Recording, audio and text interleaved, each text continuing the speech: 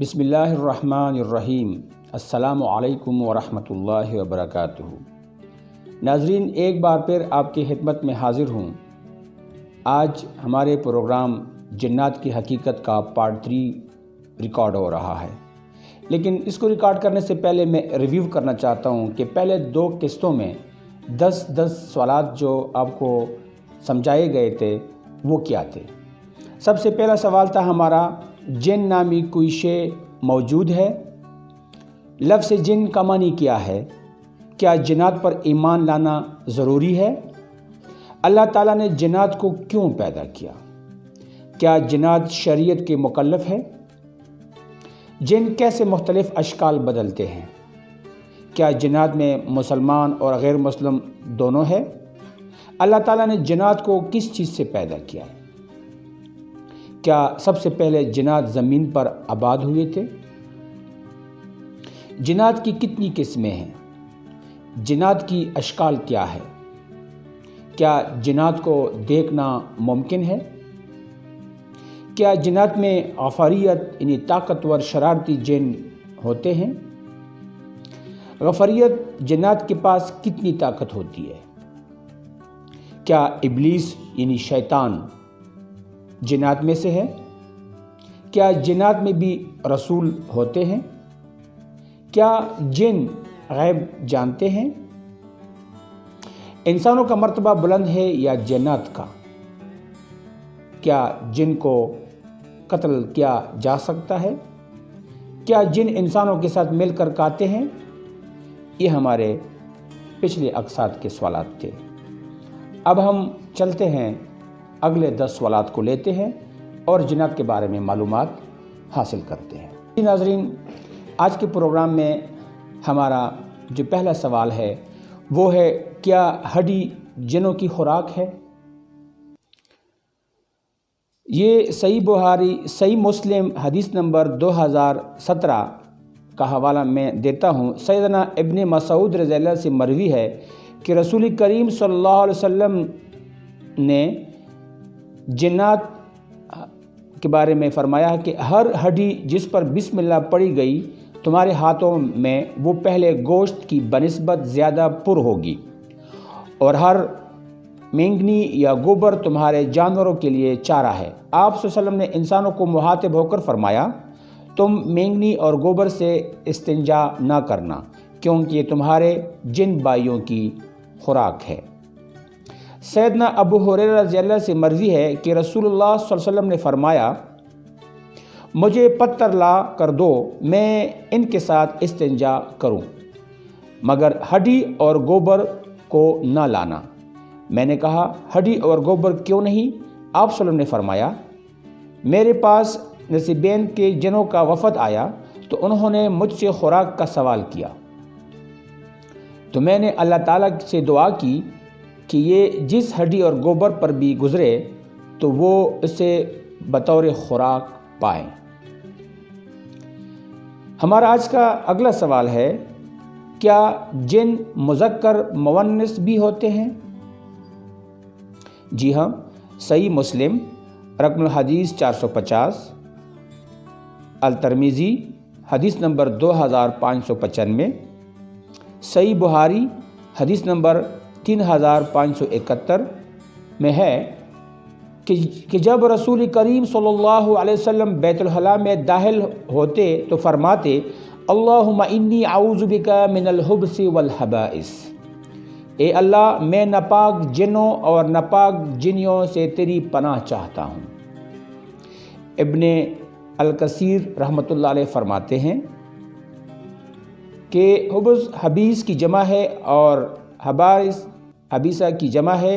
اس سے آپ صلی اللہ علیہ وسلم کی مراد مذکر اور مؤنث دونوں صفتوں کے جن مراد ہے، اور معلوم ہوا کہ ان میں نکاح اور شادی کا نظام بھی موجود ہے، تو فطری طور پر نکاح مذکر اور مؤنث کے درمیان ہی ہوتا ہے۔ آج ہمارا اگلا سوال ہے، کیا ہر گھر میں جن موجود ہوتے ہیں؟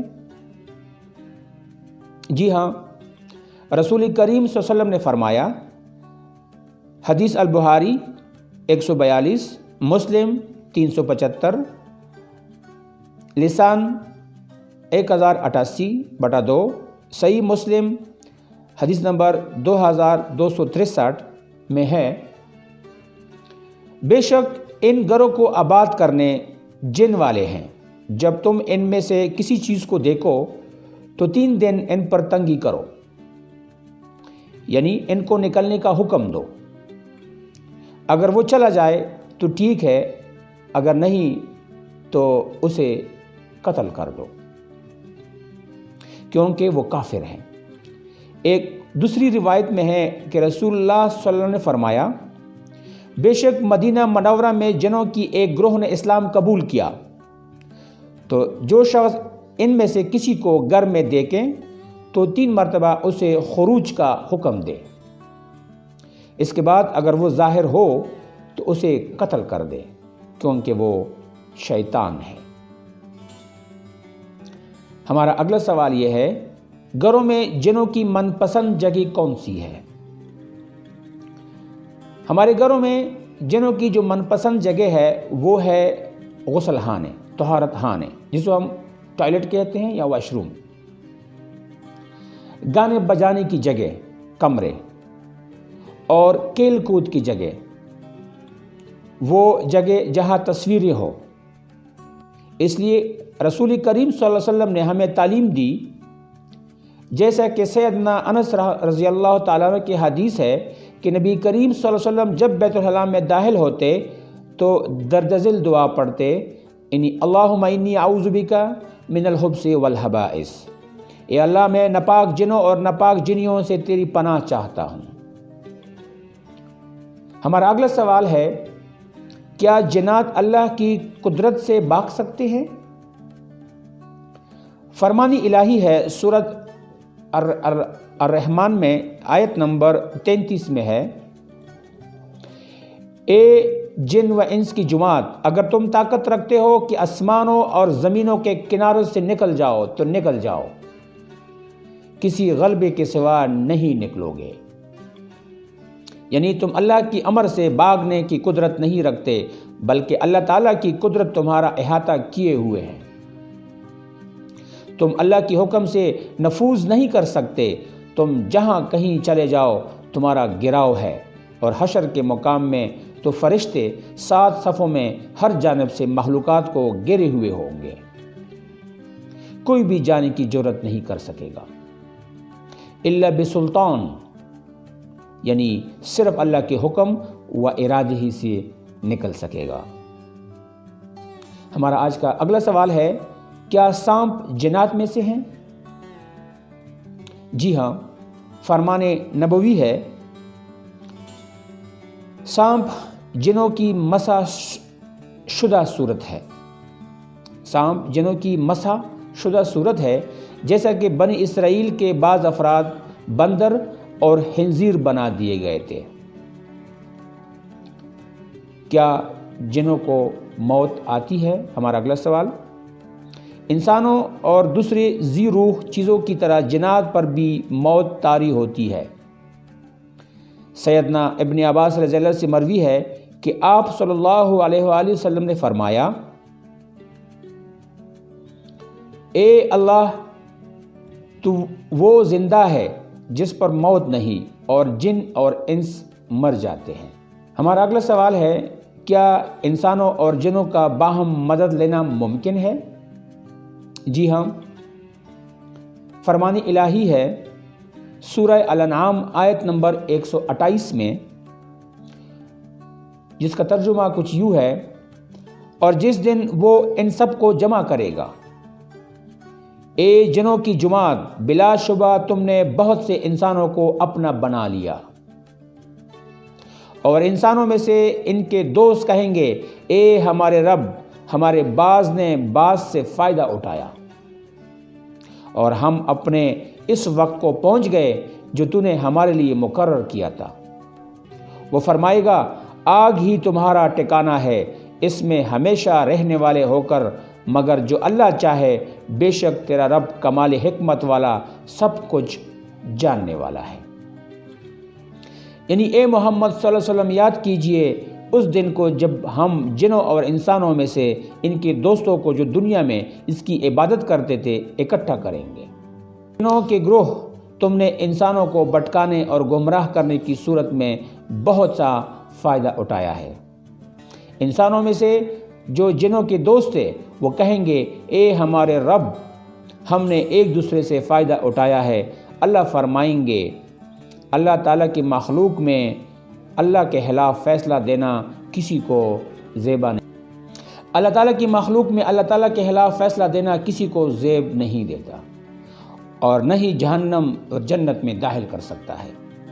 جبکہ جنات کا انسان عورتوں سے مباشرت کی بھی شدید ہے۔ عورتوں سے میل جول کے وقت بالخصوص عشق جادو کے حالات میں کوئی عورت کہتی سنائی دیتی ہے کہ اس جن نے اپنا کام پورا کیا اور مجھ سے منی کا خروج ہوا، اور کوئی عورت کہتی ہے کہ جن کا مجھ سے جمع کرنا میرے خاوند کے مجھ سے جمع کرنے سے بہتر ہے۔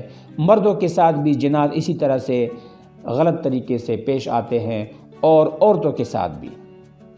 اس سے معلوم ہوا کہ ناپاک مرد اور ناپاک عورتیں شیطانوں اور جنوں کے مشغول بہترین چیزیں ہیں۔ ہمیں خود کو پاک رکھنا چاہیے۔ ہمارا اگلا سوال ہے، کیا سابقہ امتوں میں بھی جنات کی پوجا کی جاتی تھی؟ فرمان الہی ہے، اور کہیں گے تو پاک ہے، تو ہمارا دوست ہے، نہ کہ وہ بلکہ وہ جنوں کی عبادت کیا کرتے تھے، ان کی اکثر انہی پر ایمان رکھنے والے تھے۔ یعنی تو اس بات سے پاک و مبرہ ہے کہ تیرے ساتھ کوئی دوسرا معبود نہیں، یعنی ہم تیرے بندے ہیں، اور ان مشرکین سے برات کا اظہار کرتے ہیں، وہ ہمارے دوست نہیں، تو ہمارا دوست ہے۔ ایک دوسری جگہ اللہ تعالیٰ کا فرمان ہے، اور انہوں نے جنوں کو اللہ کی شریک بنا دیا، حالانکہ اس نے انہیں پیدا کیا اور اس کے لیے بیٹے اور بیٹیاں کچھ جانے بغیر تراش لی۔ وہ پاک ہے، وہ بہت بلند ہے اس سے جو وہ بیان کرتے ہیں۔ یہ ان مشرکین کا رد ہے جنہوں نے اللہ تعالیٰ کے ساتھ دوسروں کو بھی پوجا کی اور اللہ تعالیٰ کی عبادت میں شریک کیا، یعنی انہوں نے جنوں کی عبادت کی اور اللہ تعالیٰ کی عبادت میں اپنے شرک و کفر سے ان کو شریک ٹھہرایا۔ آج کا ہمارا آخری سوال، اللہ تعالیٰ کی ملکیت میں جن کا حجم کیا ہے؟ صحیح مسلم حدیث نمبر 17/8 میں حدیث کا مفہوم ہے، ابو ذر سے مروی ہے کہ رسول اللہ صلی اللہ علیہ وسلم نے فرمایا، اللہ تعالیٰ فرماتا ہے، میرے بندو، اگر تمہارے اگلے پچھلے جنات و انسان سب ایک میدان میں جمع ہو کر مجھ سے سوال کرے تو میں ہر ایک کو اس کی مطلوبہ چیز عطا کر دوں، تو پھر بھی میرے خزانے میں کمی نہیں آئے گی، مگر ایسی ہی جیسے ایک سوئی سمندر میں ڈبو کر نکال لی جائے، تو جتنا پانی سوئی نے سمندر سے کم کیا ہے، ایسی ہی تمام جنات و انسان کو ان کی مطلوبہ چیزیں عطا کرنے سے میرے خزانوں میں کمی آ سکتی ہے، یعنی کوئی کمی نہیں آئے گی۔ اس کے ساتھ آج کا پروگرام کا یہاں میں اختتام کرتا ہوں، لیکن اس کا میں آپ کو پورے پروگرام کے 10 سوالاتوں کا اگر میں مجموعہ کروں تو وہ یہ ہے کہ جنات ایک مخلوق ہے جو ہمارے ساتھ ہر وقت رہتے ہیں، ہمارے گھروں میں رہتے ہیں، ہمارے دفتروں میں رہتے ہیں، ہمارے گاڑیوں میں ہمارے ساتھ ہوتے ہیں، ہمارے خزانوں میں ہوتے ہیں، ہمارے مسجدوں میں بھی، ان مسجدوں میں بھی ہمارے ساتھ جنات ہوتے ہیں جن پر عمل نہیں کرتے۔ لہٰذا مسلمان جن بھی ہے اور کافر جن بھی ہے، مسلمان جن ہمیشہ اللہ کی عبادت کرتے ہیں، نیک لوگوں کے ساتھ ہوتے ہیں، اور بد جن غلط لوگوں کے ساتھ ہوتے ہیں اور ان کے ساتھ بسر کرتے ہیں۔ یہ ہمارے ساتھ کانوں میں بھی حصہ لیتے ہیں اگر ہم بسم اللہ نہ پڑھیں، یہ ہمارے ساتھ واش روموں میں بھی ہوتے ہیں اگر ہم دعا نہ پڑھیں۔ یہ جب ہم خاص طور پر ہم بستری کرتے ہیں اپنے بیویوں کے ساتھ، اس وقت بھی اگر آپ دعا نہ پڑھیں تو اس وقت بھی ہمارے ساتھ باقاعدہ حصہ لیتے ہیں۔ خاص طور پہ میں ان لڑکیوں سے کہتا ہوں جو پاک نہیں رہتی، ان کے ساتھ جنات ہمیشہ ہوتے ہیں، ان کے ساتھ کھیلتے ہیں اور ان کے ساتھ غلط اور نازیبا حرکتیں بھی کرتے ہیں۔ ہم سب اگر مسلمان ہیں اور ہمیں اللہ پہ یقین ہے، ہمیں ہر وقت اپنے آپ کو پاک رکھنا چاہیے، کیونکہ صفائی نصف ایمان ہے۔ اور اللہ تعالیٰ ہمیں شیطان سے، شیاطین سے اور جنات سے بچائیں، اور اللہ تعالیٰ ہمیں نیک اور کامل انسان بنائیں اور ایک اچھے مسلمان بنائیں، تاکہ ان جنات اور شیاطین کا ہم مقابلہ کر سکیں، اور ہم اپنی ینگ جنریشن کو شیاطین سے بچائیں، جو ہر وقت کانوں میں ہینڈ فری لگا کر گانے سنتے ہیں، ڈرامے دیکھتے ہیں، فلمیں دیکھتے ہیں، اور اسلام سے دور ہوتے جا رہے ہیں، گمراہی میں گرتے جا رہے ہیں، شیاطین کی جولیوں میں جا رہے ہیں، اور شیاطین کے ساتھ جہنم میں جائیں گے۔ اللہ تعالیٰ ہر مسلمان کو جہنم سے بچائیں۔ وآخر دعوانا ان الحمد للہ رب العالمین۔